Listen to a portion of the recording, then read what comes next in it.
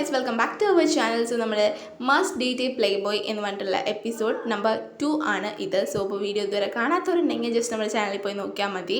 And also ഇത് വളരെ interesting ആയിട്ടുള്ള ഡ്രാമയാണ്. സോ ഇപ്പോൾ നമ്മുടെ സെയിം വന്നിട്ട് കട്ടിലിൽ നിന്നൊക്കെ എഴുന്നേറ്റിട്ടുണ്ട്. ആ സമയത്ത് താര എഴുതി വെച്ച മെസ്സേജാണ് കാണുന്നത്.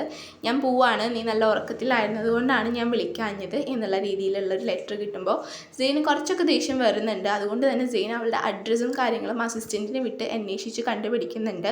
പിറ്റേ ദിവസം കാലത്ത് തന്നെ സെയിൻ അവളുടെ വീട്ടിൽ പോയിട്ട് വാതിൽക്ക് മുട്ടുന്നുണ്ട്. അപ്പോൾ തുറക്കുന്നത് നമ്മുടെ ആൻറ്റിയാണ്. ആൻറ്റി പറയുന്നുണ്ട്, നീ ആരാണ്, എന്തിനാ വന്നതെന്നൊക്കെ ചോദിക്കുമ്പോൾ സെയിൻ്റെ ഹൈറ്റും വെയ്റ്റും അഡ്രസ്സും എല്ലാം തന്നെ വള്ളി പുള്ളി തട്ടാതെ പറഞ്ഞു കൊടുക്കുന്നുണ്ട്. അത് കഴിഞ്ഞിട്ട് ആൻറ്റി ചോദിക്കുന്നുണ്ട്, നിന്നെ മുതിർന്നവരോട് എങ്ങനെ പെരുമാറണം എന്നുള്ളതൊന്നും വീട്ടിൽ പഠിപ്പിച്ചിട്ടില്ലേ എന്ന് ചോദിക്കുമ്പോൾ സെയിൻ ഒന്നും പറയുന്നില്ല. സെയിൻ വളരെ കൂളായിട്ടിരിക്കുവാണ്. അത് കഴിഞ്ഞ് നമ്മുടെ താര വന്നപ്പോൾ താരയ്ക്ക് ആകെ ടെൻഷനായി. സോ താര എന്തൊക്കെയോ പറഞ്ഞ് അസൈൻമെൻറ്റ് ചെയ്യാനുണ്ട്, അതാണ് ഇതാണെന്നൊക്കെ പറഞ്ഞ് ഒഴിഞ്ഞു പോയിട്ടുണ്ടായിരുന്നു. അത് കഴിഞ്ഞ് താരയുടെ അടുത്ത് സെയിൻ ചോദിക്കുന്നുണ്ട്, ഇന്നലെ എന്താ നീ എന്നോട് പറയാതെ പോയത് എന്നൊക്കെ. താര പറയുന്നുണ്ട്, നിൻ്റെ നമ്പർ എൻ്റെ കയ്യിലില്ല, അതുകൊണ്ടാണ് ഞാൻ പറയാഞ്ഞത് എന്നൊക്കെ. അങ്ങനെ അവർ രണ്ടുപേരുടെ നമ്പർ അങ്ങോട്ടും ഇങ്ങോട്ടും എക്സ്ചേഞ്ച് ചെയ്യുന്നുണ്ട്. അത് കഴിഞ്ഞിട്ട് സെയിൻ പറയുന്നുണ്ട്, കാറിൽ എൻ്റെ ഒരു ഫ്രണ്ട് കൂടിയുണ്ട്, നിനക്ക് കുഴപ്പമില്ലല്ലോ. അപ്പോൾ താര പറയുന്നുണ്ട്, കുഴപ്പമില്ല, ഞാൻ ബാക്കിലിരുന്നുകൊണ്ട് എനിക്കത് വിഷയമുള്ള കാര്യമല്ല എന്നുള്ളത്. ഇതാണ് സെയിൻ്റെ ഫ്രണ്ട്, പേര് വന്നിട്ട് സാം എന്നാണ്. സാം വന്നിട്ട് സെയിൻ്റെ ഒരു എക്സ് ഗേൾ ഫ്രണ്ട് ആണെന്ന് പറയുന്നതായിരിക്കും നല്ലത്.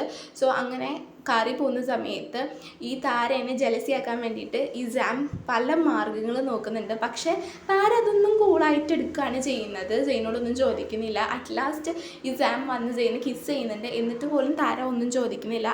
അപ്പോൾ തന്നെ സെയിനെ എന്തൊക്കെയോ ഡൗട്ട് അടിക്കുന്നുണ്ട്. സെയിന് ആകെ കൺഫ്യൂഷനായി, ഇവൾ എന്തെങ്ങനെ ഒന്നും ചോദിക്കാതിരിക്കുന്നേ എന്നുള്ള രീതിയിൽ.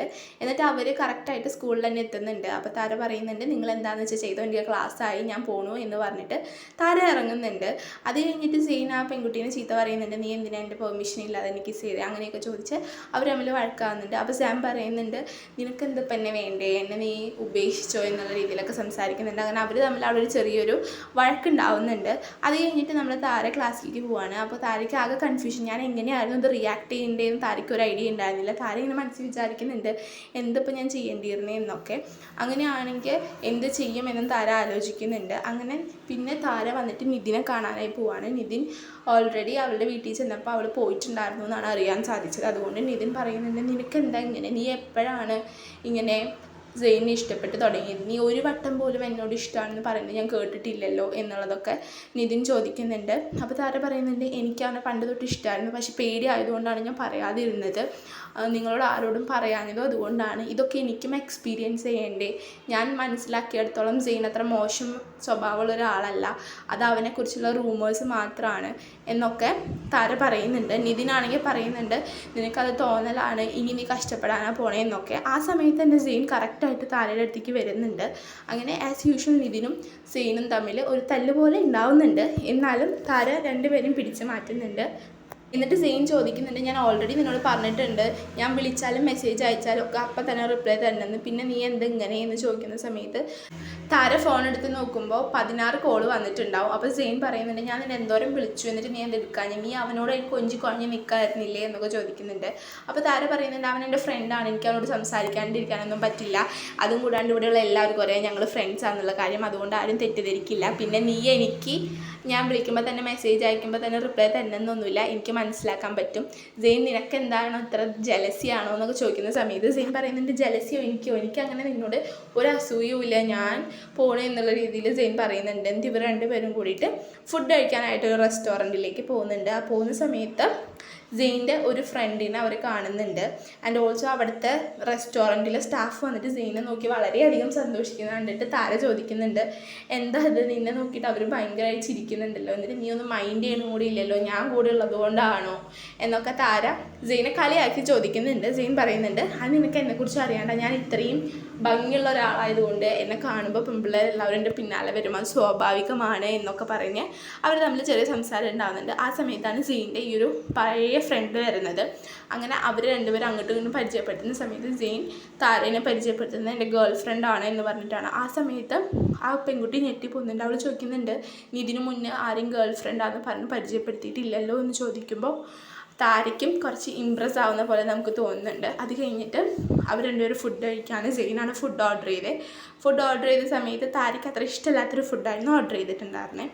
അപ്പോൾ സെയിനോട് പറയുന്നുണ്ട്, നിന്നോട് ഞാനാണോ ഈ ഫുഡ് ഓർഡർ ചെയ്യാൻ പറഞ്ഞത്, ഇത് എനിക്ക് വേണ്ട, നിനക്ക് വേണമെങ്കിൽ നീ തിന്നോ എന്ന് പറഞ്ഞിട്ട് താര വേറെ പുതിയൊരു ഫുഡ് വാങ്ങിച്ച് ഓർഡർ ചെയ്ത് കഴിക്കുന്നുണ്ട്.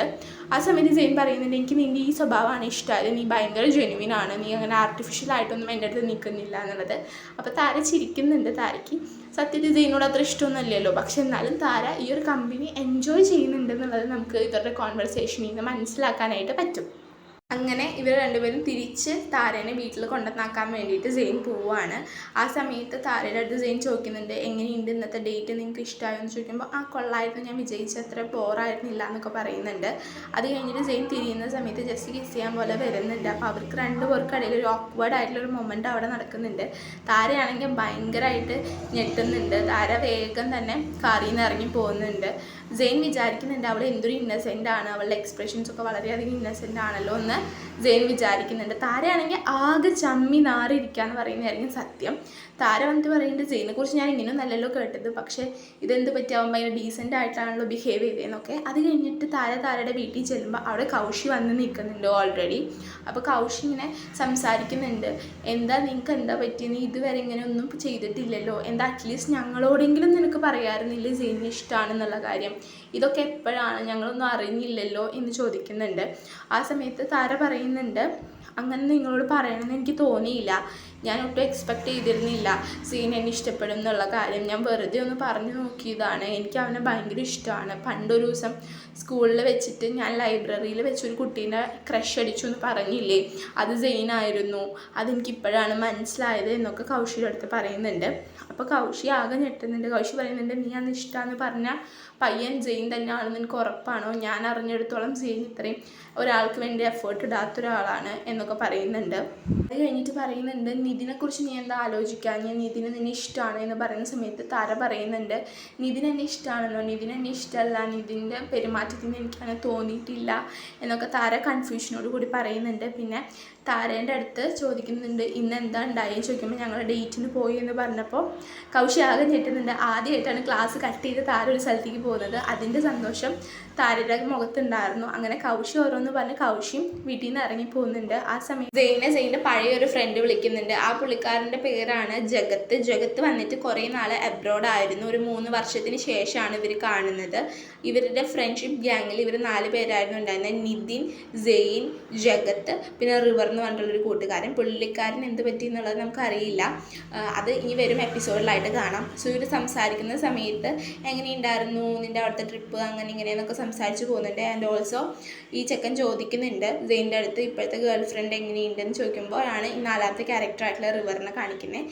ഇതും സെയിൻ്റെ ഒരു ബെസ്റ്റ് ഫ്രണ്ടാണ്. സോ അവൻ കുറച്ചും കൂടി ഒരു കോമഡി ടൈപ്പാണെന്നാണ് പറഞ്ഞു വരുന്നത്. അപ്പോൾ ഇവൻ പറയുന്നുണ്ട്, അതിന് സെയിൻ്റെ ഇപ്പോഴത്തെ ഗേൾ ഫ്രണ്ട് പൊതുവേ ഉള്ളവരെ പോലെയല്ല, ഭയങ്കര കുപ്പി ഗ്ലാസ്സൊക്കെ വെച്ചൊരു പഠിപ്പി ക്യാരക്ടറാണ് എന്നൊക്കെ പറയുമ്പോൾ ഈ സെയിൻ പറയുന്നുണ്ട്, അതിന് വേണ്ടിയിട്ടല്ല, ഞാൻ കൗശീൻ്റെ ബെസ്റ്റ് ഫ്രണ്ടാണ് അവൾ, സോ അതുവഴി കൗശിയിലേക്ക് എത്താൻ വേണ്ടിയിട്ടാണ് ഞാൻ താരേനെ പ്രേമിക്കുന്നത് എന്നാണ് പറയുന്നത്. അപ്പോൾ തന്നെ സെയിൻ്റെ ഉദ്ദേശം നമുക്ക് മനസ്സിലാക്കാൻ പറ്റുന്നുണ്ട്.